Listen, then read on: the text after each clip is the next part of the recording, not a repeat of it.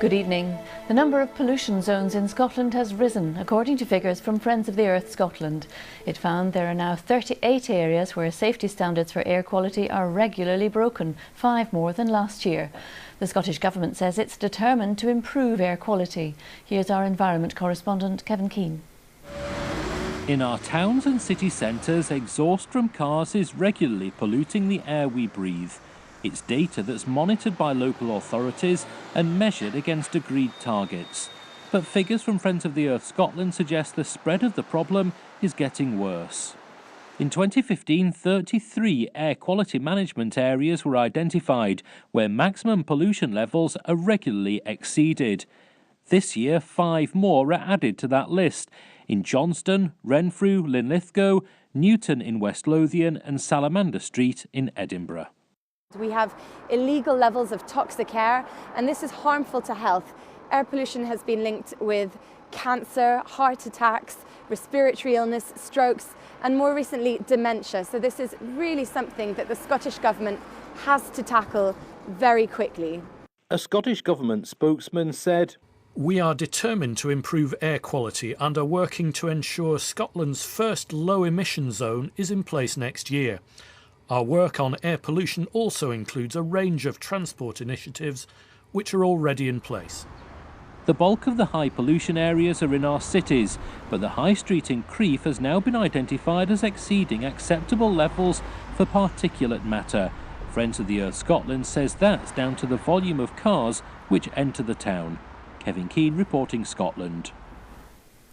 The chair of the British Medical Association in Scotland is warning that the NHS could be moving towards system breakdown. Speaking on Sunday Politics Scotland, Dr Peter Benny said with factors such as an ageing population, the service has neither the staff nor the financial means to keep doing everything. And unless there's substantially more money, it's time for a public debate about the way ahead. This majority of staff in the health service are working way beyond what they're actually supposed to be doing, just to keep things running, and eventually that leads to personal breakdown, and eventually it leads to system breakdown. It means that the system can't do what it has to do, that we can't actually look after patients in a safe way. Now, we're not at that point just now, but it is moving towards that.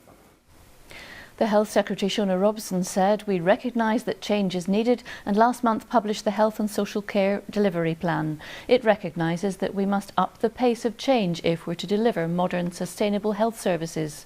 By the end of this Parliament, we'll have increased health funding by almost £2 billion. The head of the Scottish Episcopal Church has intervened in a row about the reading of verses from the Quran in St Mary's Cathedral in Glasgow. Bishop David Chillingworth said the church was deeply distressed at the widespread offence it had caused. The council with Scotland's highest concentration of betting shops is to use new powers to limit the number of new town centre premises. The Western Bartonshire Authority said it was taking action after concerns from residents. The bookmakers' bodies say industry is important for local economies. Andrew Black reports.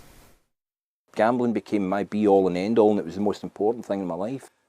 Bob is a recovering gambling addict. What started as a few football bets became something much more serious. I'd gambled all of my money, and it was my mother's birthday, and I couldn't buy a present for her, I couldn't buy her a gift, and the guilt and the remorse and whatever really hit home. The proportion of people who become addicted to gambling is small, but there are concerns about the number of betting shops in Scotland's communities. In West Dunbartonshire, there are more bookmakers per head than anywhere else in Scotland. Well, here we are in Clydebank town centre. Just to give you an idea of the concentration of bookmaker shops in the area, here's one just over my shoulder. And here's a second one just round the corner. And then there's a third here at the other end of the road. And all these places are within 100 metres of each other. The planning chairman here is concerned that betting shops target deprived areas. He said new planning powers coming to councils from Parliament would help the authority enforce its presumption against future applications. Given the policy that we have in place currently and the legislation in terms of the amendment, there's a good likelihood is that they wouldn't be granted within town centres. But the body representing bookmakers says they operate responsibly and support the economy. Since the 2008 crash, we had a situation where bookmakers moved from secondary locations into prime town centre locations, high street locations, and thank goodness they did, because in doing so they brought a vibrancy to our town centres.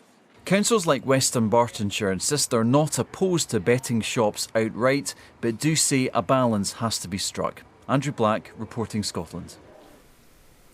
Glasgow Rocks lost in the final of the British Basketball League Cup 91-83 to Newcastle Eagles in a repeat of their meeting in 2015. Despite a late comeback by Glasgow in the final quarter, the Eagles secured their third consecutive win in Birmingham. Now, much milder today. Let's get the weather prospects for this evening and the start of the week. Kirstine's at the weather map. How's it looking then? It's looking fairly settled over the next few days, Sally. Thank you very much. Good evening to you. Yes, after a fairly active period of weather, relatively benign conditions coming our way over the next few days. There will be a lot of cloud around, some light and patchy rain at times, especially in the west, but much milder than it has been of late. This evening and tonight, mostly cloudy conditions, outbreaks of rain continuing to push from west to east. Misty, murky conditions for many of us, with extensive hill fog along western coastal areas.